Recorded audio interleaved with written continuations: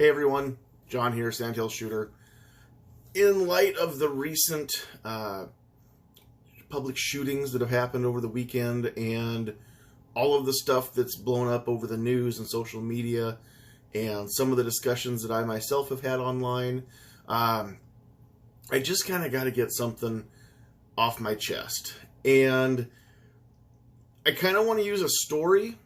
Maybe this will help illustrate the way that I feel a little bit about some of the things that have been and are being proposed.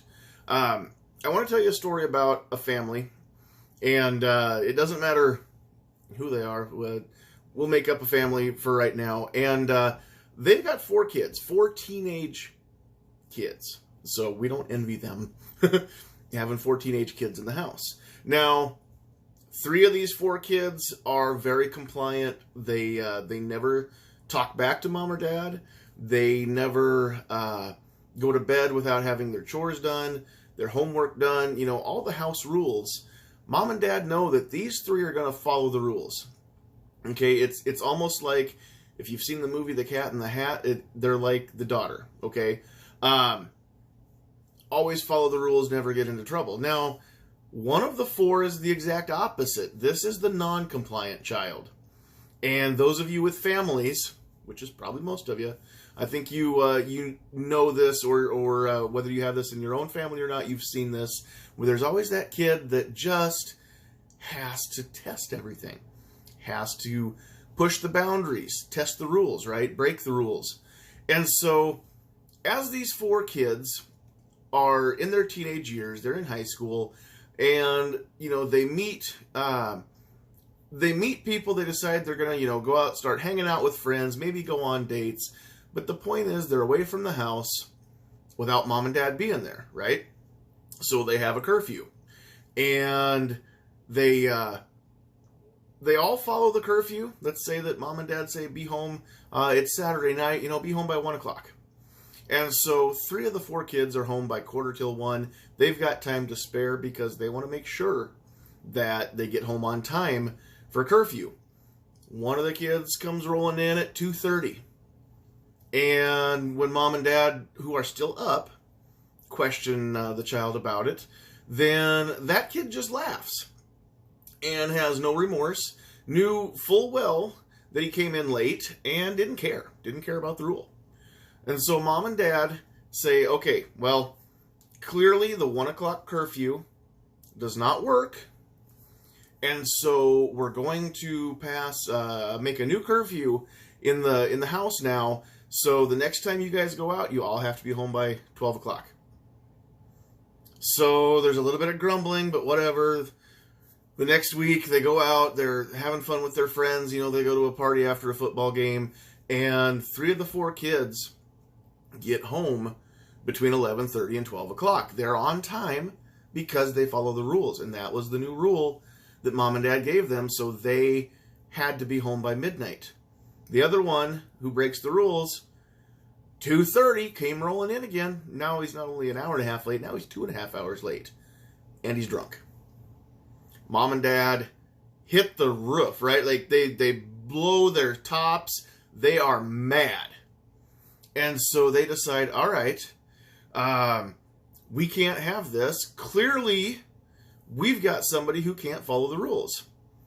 So the next time you guys want to go out, 10 o'clock curfew. You all have to be home by 10 o'clock. And so the next week rolls around. You guess it. 3 of them are home by 10 o'clock. 1 of them comes home way later than he's supposed to. It's almost like just passing a rule or making a new rule in the house doesn't do anything to make that kid compliant. He's already established that he has no regard for the house rules. Now, 3 of the 4 do. They follow the rules. So whatever the rule goes to, that is what mom and dad decide to do. So that kid comes rolling in late again, and mom and dad say, you know what, that's it. From now on, the only way that we can get you kids to be home on time is that you can't go out. We're just taking away your privileges. You cannot go out anymore. That is it. So the next week, Friday night, Everybody's at home. Nobody can go out with their friends. Can you imagine what maybe that one kid's going to do? Because he's got the bedroom window that is really close to the corner of the house. And he can actually get out the window and slide down the drain pipe. He's not sure how he's going to get back in. He'll worry about that when the time comes. But he is out of the house, goes out with his friends. The other 3 stayed home because they followed the rules. They lost their privileges to go out because Dum Dum can't follow the rules, and yet he still breaks the rules. Does anybody else see the problem with this? 3 of those kids never did anything wrong. 3 of those kids never abused their privileges. 3 of those kids never broke the rules. But mom and dad, because one idiot screws it up, took the privileges away from everybody. Now just imagine if there was a right for those kids to go out of the house and hang out with their friends. Just imagine that there was a constitution that said that nobody can take the right away for the kids to go out of the house. And mom and dad decided to keep them home anyway. And the kids had to obey the rules, otherwise they would be punished, right? With not just more rules, but there would be severe consequences. Groundings, possibly beatings, we don't know. But the point is, you don't punish the people who are not screwing up. You punish the people who do bad things. You cannot punish people before they do something wrong. We have what's called due process for a reason. There's a reason why you have to be proven guilty. There's a reason why you are presumed innocent until proven guilty in a court of law. And anybody that doesn't remember that, go watch an episode of Cops, because it says it every time. There is a reason for this. The reason is that we do not unjustly punish people. We have rights. We have reasons why we have these rights. People want to put a license on your Second Amendment rights. If that happens, if those rights go away, do you have any idea what's going to happen to your First Amendment rights?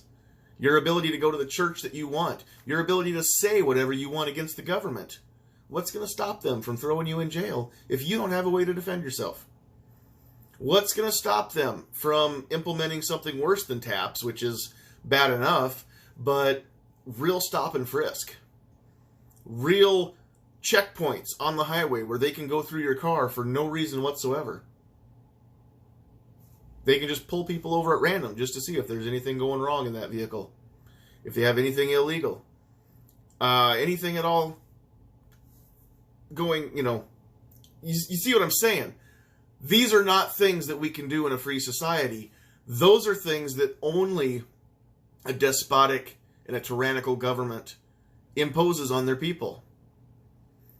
So I understand it's horrible, and my heart breaks for the people who lost their loved ones, who lost their lives, who were injured in these attacks, who were affected because they were there, and even though they didn't get shot, they have gone through a traumatic event. I can't wrap my head around what that feels like. But the answer is not to punish those of us who aren't killers, who aren't murderers. The answer is not to take things away from the people who didn't do it.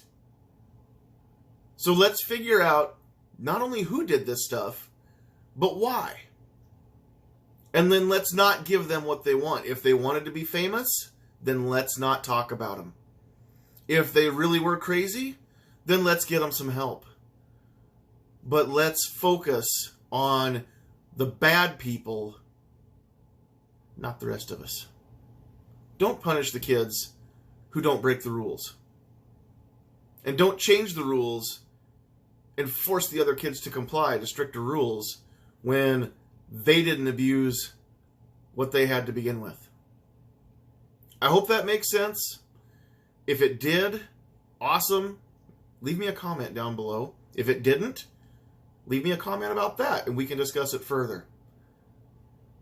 If you are seeing this on Facebook and you have not yet gone to the Sandhill Shooter page and liked it, please do so. If you're seeing this on YouTube, or on Gunstreamer and you have not yet subscribed to the channel, please do so. In the meantime, at the very least, I hope I've given you something to think about. And I hope I made a point that made some sense. But that's just how I feel about all this. You guys have a great rest of your day. Be safe. God bless you. We love you.